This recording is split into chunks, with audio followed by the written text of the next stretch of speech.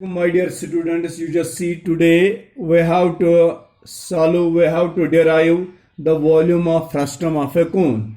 So my dear students, the topic for today is derivation of volume of a frustum of a cone.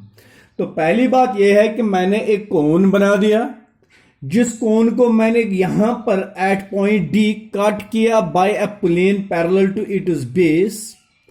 In this larger cone, we have its radius r1, its height h1, and its slant height l1.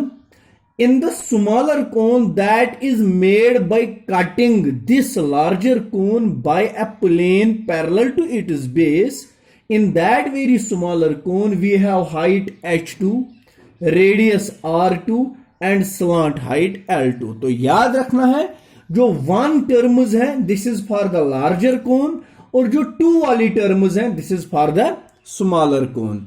जब हमने इस larger cone को cut किया by a plane parallel to its base, तो वहां पर जो हमें सॉलिड मिलता है that is here frustum of a cone. So for this frustum of a cone it is the first radius is r1, second radius is r2, its height is h and its slant height is l. Now we have to derive its volume. What its volume is, जो last video में मैंने आपको formula बता दिया 1/3 pi h into r1 square plus r1 into r2 plus r2 square. तो वही हम आज डेराइव करने जा रहे हैं. तो सबसे पहले मैं आपको यहां पर समझाऊंगा बेटा, याद रखना वॉल्यूम जो इसका मिलेगा, जो हमें ये फ्रस्टम है, ये यहां से लेकर यहां तक नीचे की तरफ है फ्रस्टम. इस फ्रस्टम का वॉल्यूम होगा volume of larger cone minus volume of smaller cone. जो ही आपको एग्जाम में ऐसा क्वेश्चन पूछा जाएगा derive the volume of frustum of a cone, तो आपने ये दोनों फिगर्स लिखनी है, बनानी है. फिर लिखना है आपको late r1 h1 and l1 be the radius, height and slant height of larger cone. R2, H2 and L2 be the radius, height and slant height of smaller cone.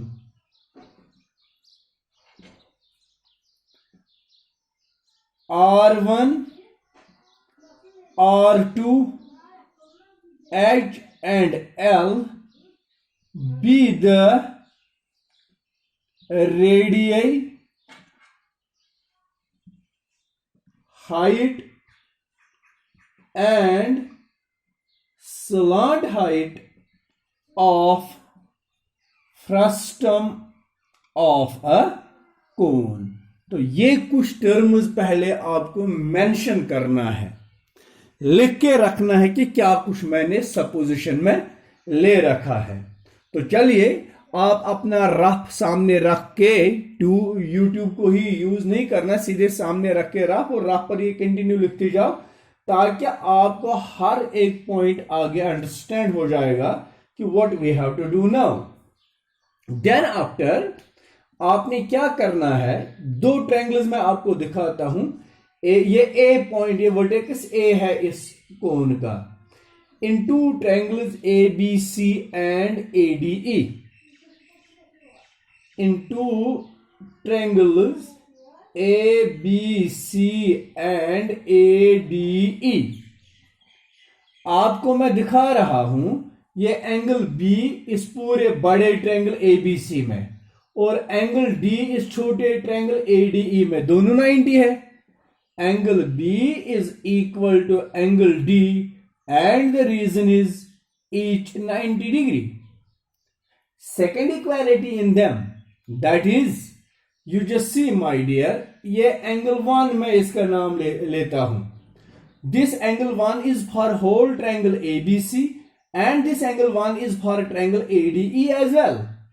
Angle 1 is equal to angle 1, तो reason है common.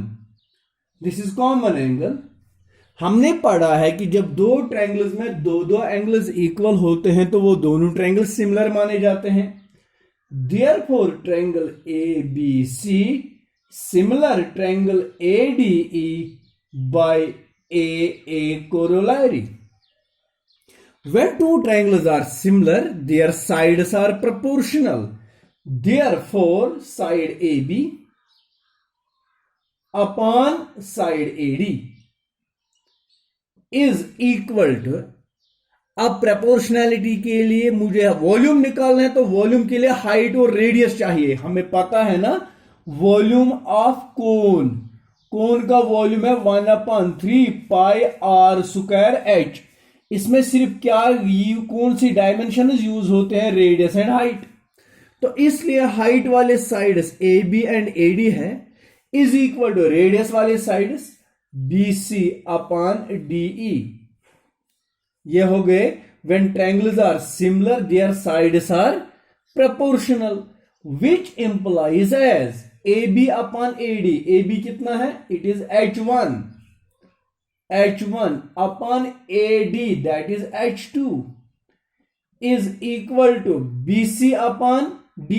BC is R1 upon DE. DE is R2, which implies as. यहां पर आपको क्या करना है, 1 वाली terms को एक साइड में रखना है.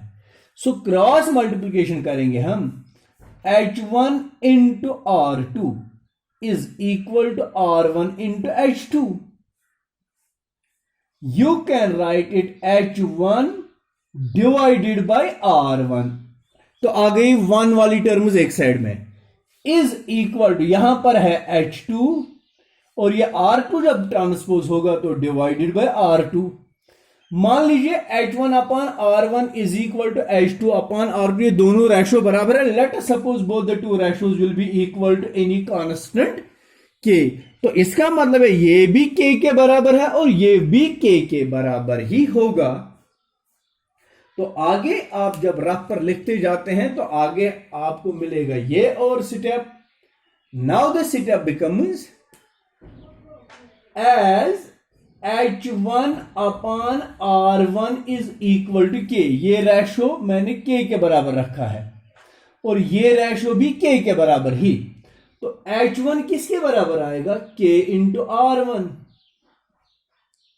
सो H2 upon R2 is also equal to K. Therefore ये H2 किसके बराबर होगा, K इंटू R2. तो इस तरह से आगे कैरी करके H1 का वैल्यू और H2 का वैल्यू याद रखना. H1 is KR1 और H2 is KR2. तो अब हम लिखेंगे, नाउ हमें वॉल्यूम निकालना है. Volume of frustum is equal to volume of larger cone minus volume of smaller cone. That is volume of larger cone is 1/3 pi R square H. लेकिन larger cone का radius R1 है और इसका height H1 है. Minus volume of smaller cone की formula है 1/3 pi R square H. Smaller cone का radius R2 है और इसकी हाइट H2 है. Taking 1/3 pi common, here remains R1 square H1 minus R2 square H2, which implies as. आगे हम क्या लिखें, आगे हमारा टॉपिक यहां कंटिन्यू चलेगा. which is equal to 1/3 pi R1 square into H1. तो H1 का वैल्यू है ना KR1 into KR1 minus R2 square into H2 का वैल्यू है KR2, which implies as which is equal to 1/3 pi R1 square. K दोनों में common है, let us take it common here. तो K को कॉमन करेंगे, R1 square into R1 is R1 cube minus R2 square into R2 is R2 cube, which is equal to 1/3 pi K into identity आपने use करनी है a cube minus b cube. a cube minus b cube is यहां पर using a cube minus b cube, that is a minus b go R1 minus R2 into a square R1 square plus ab R1 into R2 plus b square R2 square. आगे मैं erase करके इसको carry on करूंगा. तो हम ये is equal to का मतलब हो गया देयरफॉर वॉल्यूम ऑफ फ्रस्टम. हम वॉल्यूम ऑफ फ्रस्टम निकाल रहे हैं, which is equal to 1/3 pi K into R1, that is KR1, minus K into R2, that is KR2, into R1 square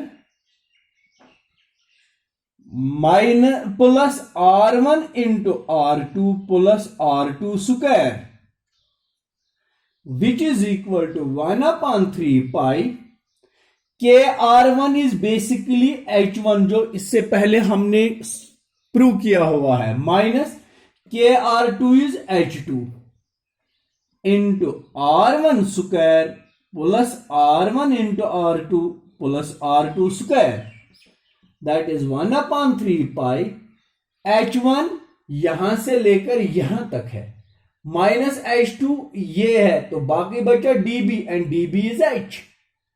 So H1 minus H2 is H into R1 square plus R1 into R2 plus R2 square. This is the volume of frustum of a cone. So volume of frustum is 1/3 pi H into R1 square plus R1 into R2 plus R2 square. This is the derivation of volume of frustum of a cone. तो आगे हम इंशाल्लाह कल derivation करेंगे. It is curved surface area. Thank you very much for watching the video.